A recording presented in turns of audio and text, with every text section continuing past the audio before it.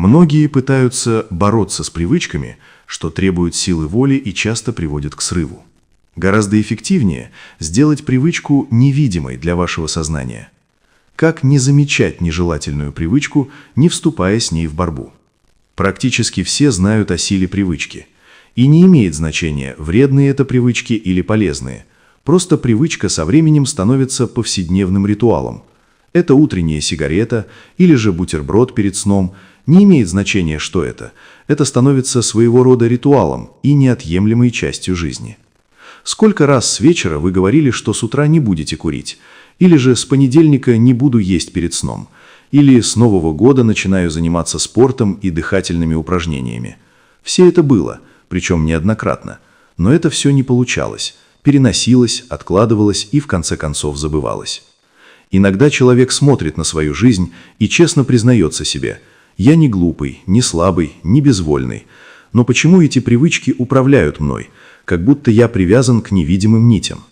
Он дает обещания, пишет планы, стирает приложения, выбрасывает пачки сигарет, клянется с понедельника начать по-новому и все равно возвращается туда же.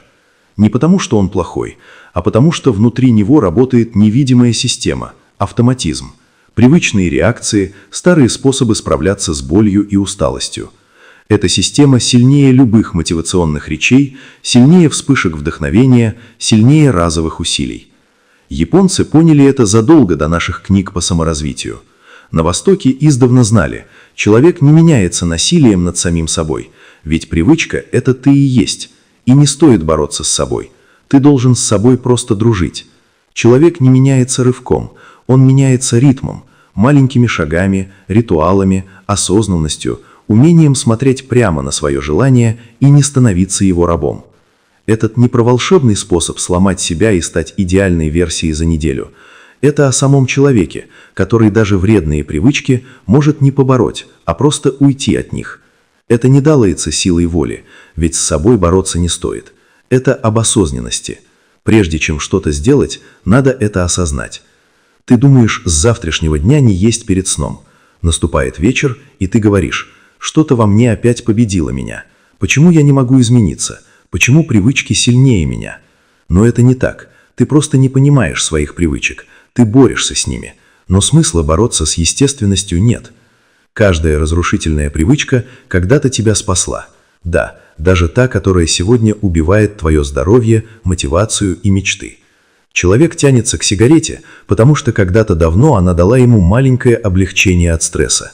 Кто-то переедает по ночам, потому что еда однажды стала его теплом и псевдобезопасностью. Мы бесконечно листаем ленту, потому что когда-то это дало ощущение причастности и связи. Проблема не в привычке, проблема в боли внутри, которую мы заклеили ею как старым пластырем. Пока человек воюет с привычкой, но не видит ее корня, он обречен повторять один и тот же цикл. Обещание, попытка, срыв, стыд. Новое обещание, новый срыв. Так проходят годы, иногда целые жизни. Борьба усиливает то, с чем ты борешься. В одной древней школе дзен монахам говорили: «Не борись с туманом, иначе ты только глубже зайдешь в него». Когда человек пытается сломать свою привычку, внутри него поднимается конфликт. Одна часть хочет новой жизни, другая отчаянно защищает старую стратегию выживания. Так появляется сила, которую недооценивают – внутреннее сопротивление. Запад привык давить на себя силой, правилами, жесткой волей. Но японский путь другой. Когда ты давишь на себя, психика начинает давить в ответ, и привычка становится сильнее. Чем сильнее ты стараешься бросить курить, тем сильнее тянет к сигарете. Чем яростнее запрещаешь себе сахар, тем отчетливее он снится по ночам. Чем громче кричишь «завтра новая жизнь», тем быстрее срываешься. Мозг защищает стабильность, даже если эта стабильность разрушает тебя. Самураи говорили: то, что требует усилия, каждый день обречено. То, что встроено в ритуал, становится вечным. Если ты пытаешься изменить жизнь одним рывком, тебя хватает на неделю. Если создаешь маленькое, простое, устойчивое действие, с ним можно прожить всю жизнь.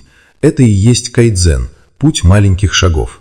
Он работает, потому что не вызывает яркого сопротивления мозга, не пугает, не требует гигантской силы воли, позволяет телу и нервной системе перестроить привычку постепенно.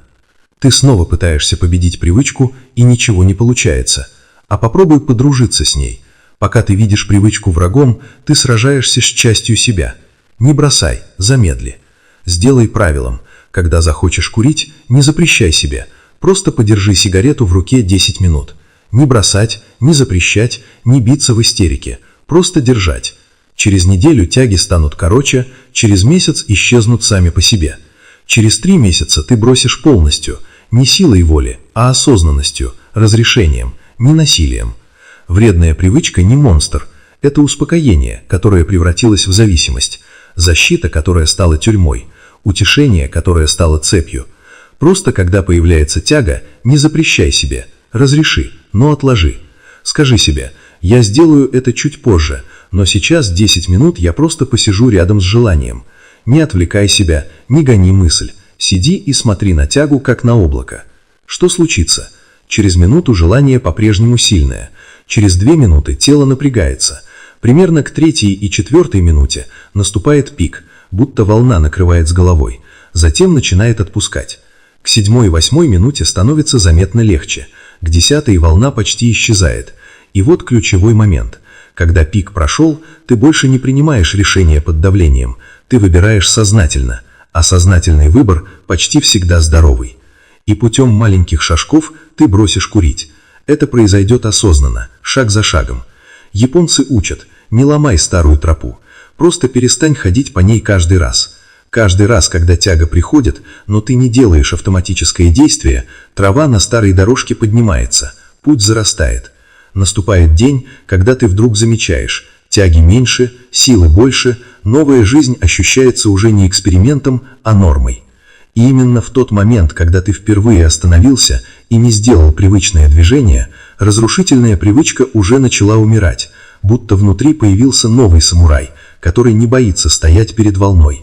Страх делает привычку сильнее, сопротивление увеличивает желание, а принятие растворяет его. Принятие не значит смириться с зависимостью, это значит перестать отдавать ей власть через ужас и самоненависть. Как это выглядит в реальности? Когда поднимается тяга, вместо паники сделай иначе. Остановись, почувствуй тело, где живет это желание. Это желание, это волна. Позволь ей быть. Не борись, не убегай. Скажи: я выдержу, пусть оно пройдет само. Включи правило 10 минут. Через несколько минут случится то, что самураи знали веками. Если не бросаться в бой, враг сдается первым. Зачем нужно замещение? Представь дом, где снесли старую стену, но не построили новую. Остается дыра, хаос, опасность. То же с привычками. Если убрать старые действия и не дать нового ритуала, мозг сталкивается с пустотой, а пустота болезненна. Поэтому люди возвращаются в старые. Формула японцев проста. Не просто убирать, заменять. Вместо сладкого – горячий зеленый чай и короткая пауза. Вместо прокрастинации – пара минут микрозадачи. Вместо телефона утром – стакан воды и открытое окно. Вместо сигареты – несколько ровных выдохов и вдохов. Новый ритуал должен быть доступнее и мягче старого. Сила привычки на Востоке проявляется через мудрость притч и философии, где она часто рассматривается как основа духовного пути.